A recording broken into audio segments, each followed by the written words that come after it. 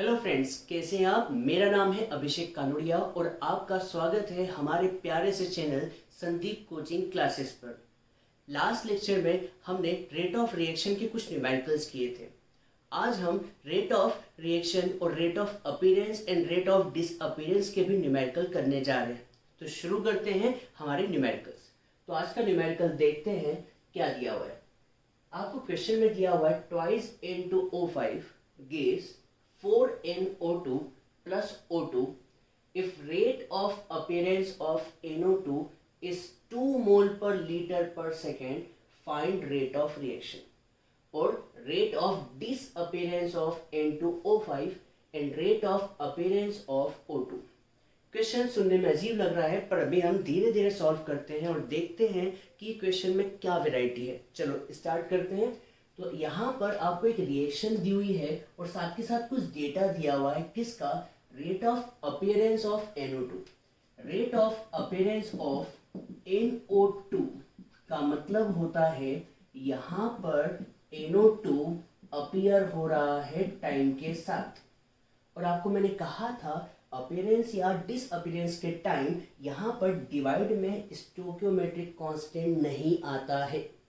तो यहाँ पर आपको दिया हुआ है इंक्रीज इन कॉन्सेंट्रेशन या फिर rate of appearance of NO2 और ये दिया हुआ है 2 मोल पर लीटर पर सेकेंड।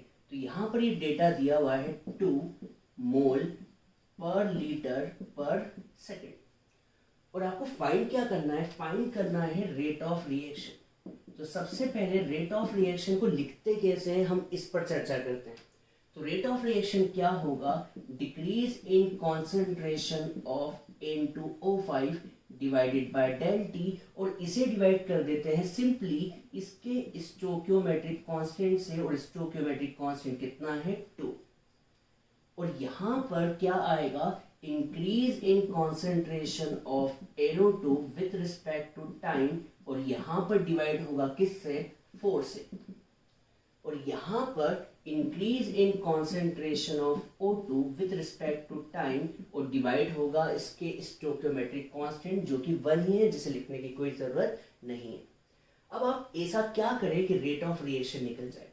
तो आपको रेट ऑफ रिएक्शन निकालने के लिए इसे इस इक्वेशन से किसी के साथ इक्वेट करना होगा जहां पर डेटा आपके पास अवेलेबल है। तो मुझे रेट ऑफ रिएक्शन निकालने के लिए इसे इक्वेट करना होगा इस इक्वेशन से। इससे क्यों इक्वेट कर रहे हैं? क्योंकि हमें इसका डेटा दिया हुआ है। Rate of appearance of NO2 कितना दिया हुआ है? 2। तो रेट ऑफ रिएक्शन निकालने के लिए मैं इसे इक्वेट कर दूंगा इसके साथ, और ये डेटा आपको दिया हुआ है 2। तो यहाँ पे 2 और पहले से ही मौजूद है डिवाइडेड बाय 4। तो 2/4 मोल पर लीटर पर सेकेंड, और इसे सॉल्व करें तो आंसर आएगा 1/2 मोल पर लीटर पर second inverse. Rate of reaction निकल चुका है। अब आपको क्या निकालना है? Rate of disappearance of N2O5।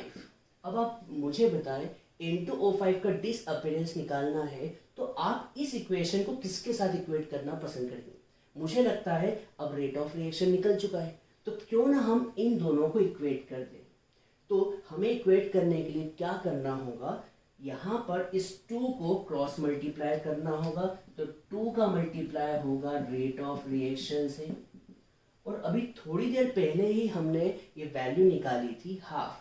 तो 2 का मल्टीप्लाई हाफ से करेंगे तो हमारा आंसर जो आएगा वो आएगा 1 मोल पर लीटर पर सेकेंड इनवर्स। अब आपको क्या निकालना है?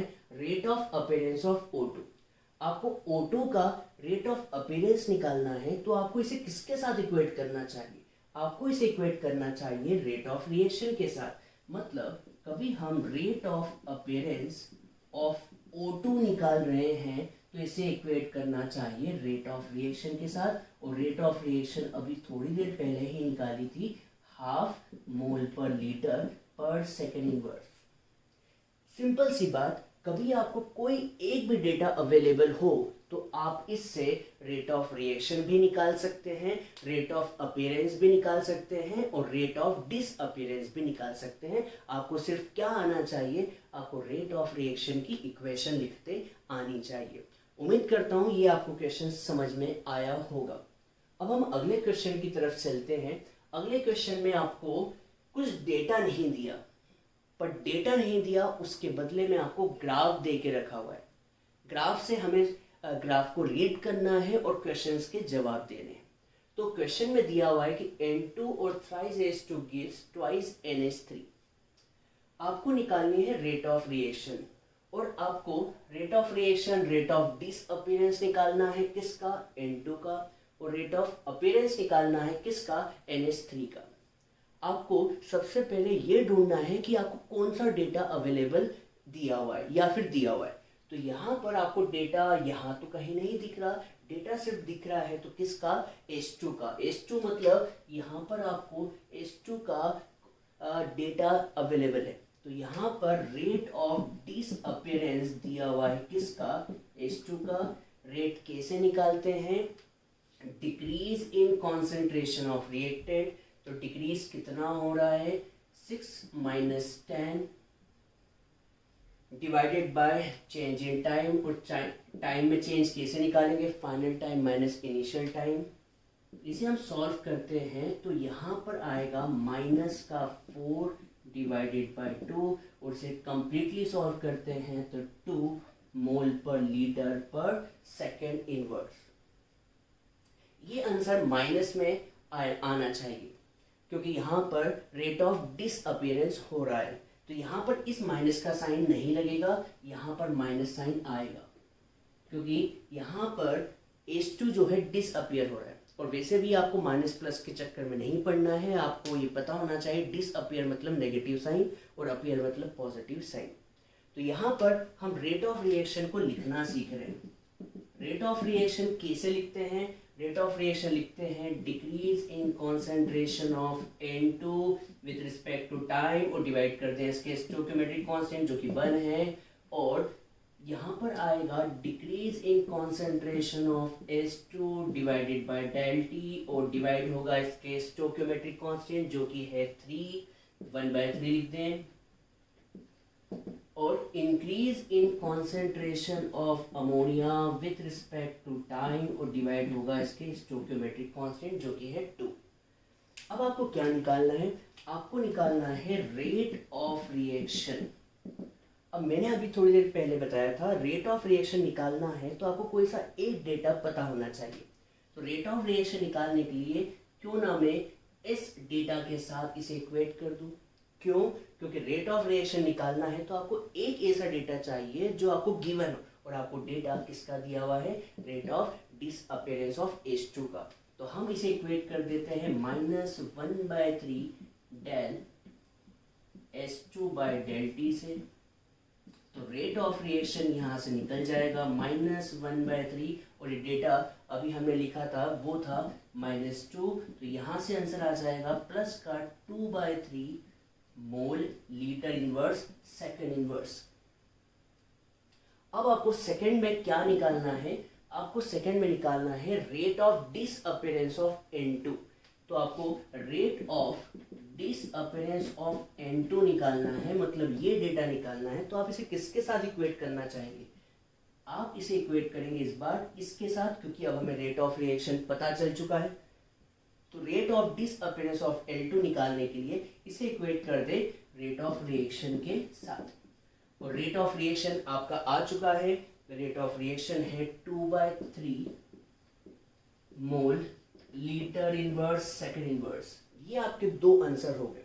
अब तीसरा आपको निकालना है rate of appearance of NH3। बता सकते हैं आप क्या करेंगे, आपको rate of appearance of NH3 निकालना है तो आपको इस डेटा को, इस इक्वेशन को इक्वेट करना है ROR के साथ और इस 2 को क्रॉस मल्टीप्लाई करना है। तो थर्ड में rate of appearance of NH3 निकालने के लिए मैं इस डेटा को इसके साथ इक्वेट कर रहा हूं, जगह कम है तो डायरेक्ट बता रहा हूं। ये 2 जो है क्रॉस मल्टीप्लाई हो जाएगा ROR के साथ और ROR कितना था हमारा 2/3, तो 2/3 इंटू 2 इज 4/3 मोल पर लीटर पर सेकेंड इनवर्स। उम्मीद करता हूं कि आपको ये क्वेश्चन समझ में आया होगा। हम ऐसे 2-3 क्वेश्चन और करेंगे और इस टॉपिक को कंप्लीट करेंगे। आप इसका जल्दी से स्क्रीनशॉट ले लीजिए। चलिए अब कुछ ऑब्जेक्टिव करते हैं और देखते हैं ऑब्जेक्टिव को कैसे सॉल्व करते हैं। तो एक क्वेश्चन है H2 plus I2 gives 2HI. The rate of disappearance of H2 is 2 into 10 to the power minus 4 mole per liter per second. The rate of appearance of HI is, यहाँ पर आपको rate of disappearance दिया हुआ है किसका, आपको rate of disappearance दिया हुआ है H2 का, और आपको निकालना है rate of appearance of HI। तो सबसे पहले मैं आपको रेट ऑफ रिएक्शन को लिखना बता दूं। रेट ऑफ रिएक्शन होता क्या है, decrease in concentration of reactant H2 divided by del T, और इसे डिवाइड करेंगे इसके स्टोइकियोमेट्रिक कांस्टेंट जो कि 1 है, साथ के साथ decrease in concentration of I2 with respect to time और divided by 1 equals to increase in concentration of HI with respect to time, और से डिवाइड करेंगे इसके स्टोइकियोमेट्रिक कांस्टेंट 2 से।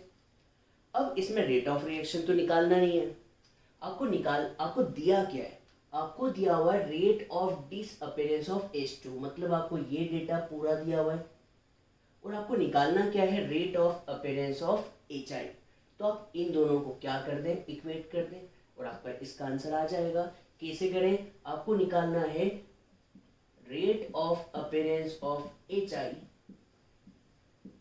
तो हम इस 2 का क्रॉस मल्टीप्लाई कर देते हैं, तो यहाँ पे आ जाएगा -2, यहाँ पर आएगा -2 into del H2 divided by del T, और हमें ये डेटा दिया हुआ है। ये डेटा कितना दिया हुआ है, 2 इंटू 10 टू द पावर -4 हमें दिया हुआ है rate of disappearance of H2। तो यहाँ पर डिसअपीयरेंस का मतलब यहाँ पे -2 दिया हुआ है, तो del HI divide by del T, और -2 इंटू -2 इज +4 मोल पर लीटर पर सेकेंड इनवर्स। चेक कीजिए, +4 इंटू 10 टू द पावर -4 आएगा, तो इंटू 10 टू द पावर -4 भी आएगा। ये आंसर आपको कहाँ दिख रहा है, तो ये दिख रहा है आपको ऑब्जेक्टिव या फिर ऑप्शन नंबर डी पर। तो है ना, बहुत ही सिंपल, आपको सिर्फ क्या आना चाहिए, रेट ऑफ रिएक्शन के इक्वेशन को लिखते आना चाहिए। अब हम ऐसा ही एक क्वेश्चन करते हैं और देखते हैं क्या हो रहा है। यहाँ पर दिया हुआ है कि 2x + y gives x2 + y। तो सबसे पहले बिना ऑब्जेक्टिव को देखे हुए हम रेट ऑफ रिएक्शन को लिख लेते हैं। रेट ऑफ रिएक्शन क्या होता है, rate of decrease of reactant with respect to time, और यहाँ पर 2 से डिवाइड होगा, साथ के साथ रेट ऑफ या फिर कहें decrease in concentration of y with respect to time, और डिवाइड होगा इसके स्टोइकियोमेट्रिक कांस्टेंट जो कि 1 है, और साथ के साथ increase in concentration of x2y with respect to time, और डिवाइड होगा इसके स्टोइकियोमेट्रिक कांस्टेंट जो कि 1 है। आपको क्या दिया हुआ है, rate of disappearance of x निकालना है, तो आपको rate of disappearance of x निकालना है, और आपको 4 ऑप्शन दिए हुए हैं, मतलब आपको कंपेयर करना है एक बार y के साथ और देखना है कि y के साथ इसका क्या रिलेशन है, और एक बार इसे कंपेयर करना है x2y के साथ। तो देखते हैं y के साथ इसका क्या रिलेशन है, तो इन दोनों को हम इक्वेट करते हैं, तो माइनस, और इसे भी इक्वेट करते हैं, del y by del T, minus से माइनस कैंसल। मैं इस 2 को उस तरफ ले जाता हूं, तो यहाँ पर आएगा del x divide by del T equals to -2 del y divide by del T. ये क्या चीज है, ये है rate of disappearance of x, और ये कितना है, rate of disappearance of y। तो कौन सा ऑप्शन आपको सही नजर आ रहा है, rate of disappearance of x किसके इक्वल होगा, twice of rate of disappearance of Y. तो आंसर कौन सा सही है? बी आंसर सही है। पर यहां पर एक ऑप्शन और दिया हुआ है, कभी आप ध्यान से देखें, twice of rate of disappearance of X to Y. कभी आप इसे चेक करें तो आप इसे इसके साथ इक्वेट करके देखें तो आप ये पाएंगे कि ये 2 जो डिवाइड में है इस तरफ जाता है, तो हमें एक ऑप्शन और नजर आता है। बोलो क्या? Rate of disappearance of X is equal to, ये 2 क्रॉस मल्टीप्लाई होगा तो ये हो जाएगा 2 into rate of appearance of X to Y. तो यहां से हमें एक ऑप्शन और मिला। ये ऑप्शन कौन सा है? Option number D. तो कभी कभी जेई के एग्जाम में 2 ऑप्शन भी सही होते हैं और हम एक ऑप्शन को देखते हैं और ऑप्शन सही होता है तो हम टिक लगा के आ जाते हैं। पर जबकि यहाँ पर 2 ऑप्शन सही है, बी ऑप्शन भी सही है और डी भी। इसलिए ऑब्जेक्टिव करते टाइम आपको चारों ऑब्जेक्टिव या फिर चारों ऑप्शन को चेक करना बहुत ही ज़रूरी होता है। इस क्वेश्चन में हमने ये सीखा कि रेट ऑफ रिएक्शन का बस हमें इक्वेशन लिखते आनी चाहिए। रेट ऑफ रिएक्शन को आपको लिखते आता है, आपको कंपेयर करना है। आपको क्वेश्चन में कोई एक डेटा दिया होगा और बाकी डेटा को आपको इक्वेट करके निकालना होगा। तो यहाँ पर हमने रेट ऑफ रिएक्शन को कंप्लीट कर लिया है, rate of appearance, rate of disappearance को भी कंप्लीट कर लिया है। अब हम नेक्स्ट टॉपिक की तरफ चलेंगे अगले लेक्चर में, जिसका नाम है factors affecting rate of reaction. तब तक के लिए आप इसका स्क्रीनशॉट ले लीजिए और कॉपी में नोट्स बना लीजिए। तो इसका स्क्रीनशॉट ले लीजिए।